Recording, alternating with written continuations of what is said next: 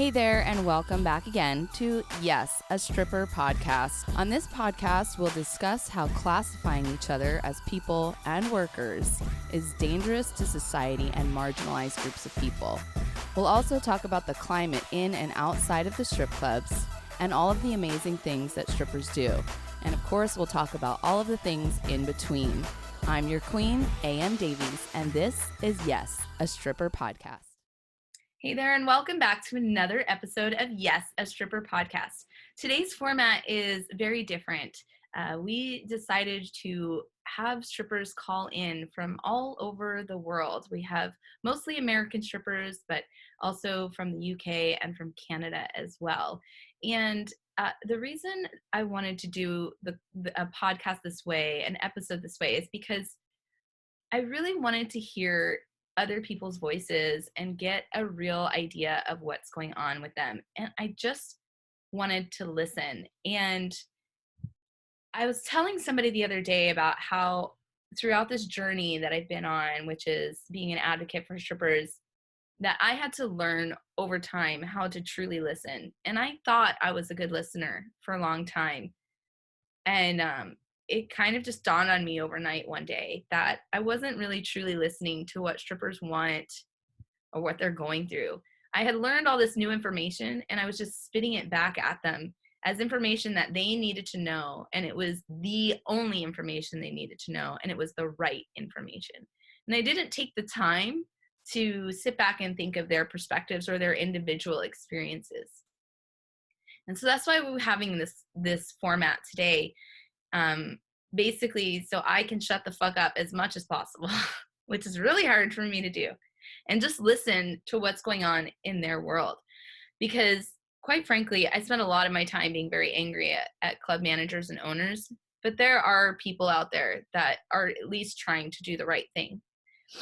And I think that I need to be reminded that people are people, and in every industry and in every part of life, there are people who do things that you really like and appreciate and people who do things that you don't. And the strip club industry is no different. It's made up of people.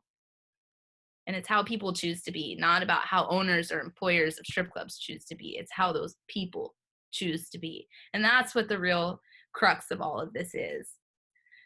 It's determining who's helping and who's hurting, and to create a dialogue around that so we can all learn and figure out how to support each other, because this is going to take a lifetime to reform this industry and create happiness and abundance around it.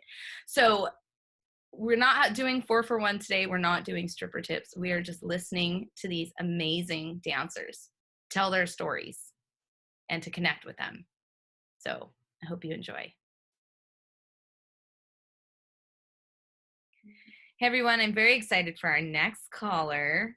This is Nikki St. John. Hi, Nikki. Hey, Anne-Marie. Hey, Nikki and I are buds. Nikki's one of the few people that calls me by my full name, which I totally love.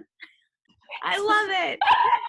Not that many people call me that anymore. I mean, both are right. I love it. So I just wanted to put that out there. Nikki, can you tell everyone where you're calling from today? I'm calling from Atlanta. Okay, great. Do you dance in Atlanta, or is that just where you're staying? Well, I live in Atlanta, and I mainly dance in Charlotte, in North Carolina, at a club called Onyx. I also sometimes dance in Atlanta, like on Sundays mostly, but it's a crazy situation over here. Sure. They're reopening Atlanta. I'm sure everyone's heard about that. They're reopening tomorrow, but the strip clubs are not opening. Do you suppose that's because strip clubs require, I mean, there's really no distancing in strip clubs? I mean, we're literally on top of each other. Literally.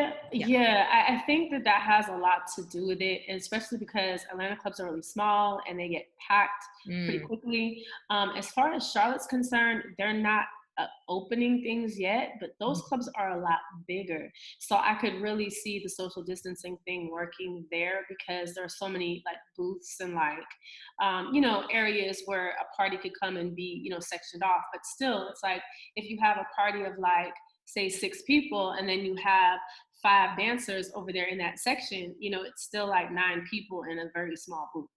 Yeah. Okay. Phew. Well, that's, I guess, exciting for Atlanta. I don't know what the consensus is there, but Well, there are a lot of businesses that said that they may not open because even though the governor is saying that he wants to open, a lot of businesses aren't really feeling comfortable with the whole thing. So it's going to be interesting to see tomorrow, like how many people actually do open. that is going to be interesting. I would like to read the news about that. I'm Right. And then not only that, but a lot of people here anyway are saying that they're not going outside once it reopens. Like, right, exactly. Yeah, very interested to hear more about that. So what was work like before things got really weird with COVID? Like, were you being treated well? Was the money good? How was your relationship with management, your employers, if you don't mind sharing? yeah, well, the money was great. We had a really big event called CIAA. So I made a nice little stack, nice little bag that week. Hmm. And it really helped being that we went into this crisis where everything was shut down. This is kind of like our peak season, at least in Charlotte. It's a really great season. So I was anticipating a lot of money coming in these next few months, and it just threw everything off for me. Management didn't really tell us anything. They posted something on Instagram, and it wasn't like we were contacted directly. The other club that I work at in Atlanta, they're not even that organized to even have people's contact information on file. So like nobody, I mean, I know I wasn't contacted. And then at looking at their information on like Google, it seems like they're permanently closed, the one in Atlanta. Now, the one in Charlotte is still supposed to reopen and they've been posting updates on social media. But as far as anyone from the club contacting us directly, that hasn't happened. So we just kind of have to reach out to them or look at social media to figure out like what's going on. I mean, I don't know, it's like ridiculous. You make the money. It's just courtesy. Yeah, I think that a lot of the employees there, they don't even know what's happening. Like, Onyx is under Club Ricks. So it's like the only strip club that's publicly traded on the New York Stock Exchange. So it's like so much red tape to go through. Like, I think if they were like a smaller club, that they would probably be more, of people telling us what's going on, possibly. But even the management there, up until like the day they closed, I talked to like the house mom and she had no idea what was going to happen until it was actually announced. And then there were conflicting things because one of my friends had spoken to another manager and he was like, oh no, we're still open tonight. And I was like, well, I don't think so because they just posted on the Instagram page that they're not open. So it was just a lot of confusion going on. Yikes. And I mean, there's plenty of companies that are traded on the stock market that talk to the people who work for them. Yeah, Like, I'm sure that's true. yeah. Uh, so in my mind, it means that they should be more on top of it, not less. Because if you're on that level, that means there's I don't know, it's a certain air of professionalism. I tend to err on the side of I defend the dancers. So Hey, somebody has to defend us because yeah. it's not like it's organized and, we don't really know like what's going on from day to day. And I still don't know if and when that they're going to reopen. But once again, that has a lot to do with the state and the city ordinances. Totally, totally. Yeah, no, I get that. I get them not knowing until the last minute, but I Right. don't get them not communicating with you properly, um, Yeah. because you are the reason they make money. Um, so so have they given you any information on how to file for unemployment or taxes or how to support yourself during this time? No, no. Hmm. Hmm. None of I them. think everyone's just kind of trying to figure it out. I also have a Instagram page called Pole Dance Nation, Hmm. and I post a lot of videos of pole dancers, and I myself have taught like pole workshops and pole classes, twerk workshops, things like that. And so now I took a long break from teaching, but what I'm thinking about doing is teaching some things online. Like I posted something and I had a great reaction to it today on my personal page, Mhm. Nikki St. John. But I'm just gonna go ahead and just start those next week because I just got a notification from a friend, and she said it looks like the clubs, my main club in North Carolina, isn't going to open for another 6 to 8 weeks. So that's like 6 to 8 weeks. I have to figure out what I'm going to do. That's You 2 months. and, thank God, like the apartment that I live in is pretty cool. Like they're working with us and everything. But, they still require a notice from your employer saying that you are employed and you'll be able to go back to work. And it's kind of hard to track people down to give you that notice when everything's closed. And it's just like, how do you really reach anybody? Yeah, I mean, that's infuriating, because you're right. So I live with dancers, and I myself am not currently dancing. And so I'm in a different scenario as them. But when it came time, April 1st came around and they hadn't worked in 2 to 3 weeks. Um, they were like, well, listen, it's Corona. I said that to the landlords, and they're like, we get that, but you can't just call Corona. You can't just lift up your skirt and be like coronavirus over your head and you have to provide proof. And so if your employer isn't willing to give that to you and your landlords need that, then what the fuck? What do you do? Yeah, it puts you in like a hard position because you just have to figure it out and make Oh it my make sense. Thank God I was able to figure it out, but I know that everybody else may not be able to have somebody to vouch for them or whatever. Exactly. Yeah, we're all in different positions.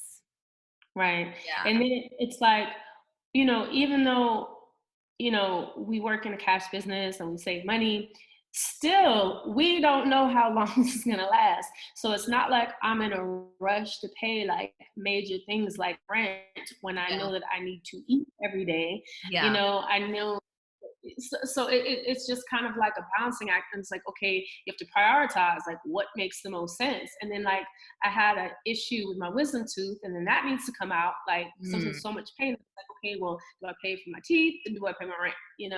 right. And obviously if I was working it wouldn't be such an issue. Yeah. Wow, I feel that. So one last quick question. Did you get your stimulus check yet? I did not. Now, my friend Erica from Dance Freaks, she's also an accountant, Mm, and she gave me some advice because I didn't think I could file for the stimulus check, but she said that I could, and I do have some other jobs that I did that required a 1099, I guess you could say, that they sent me mhm. at the end of the year.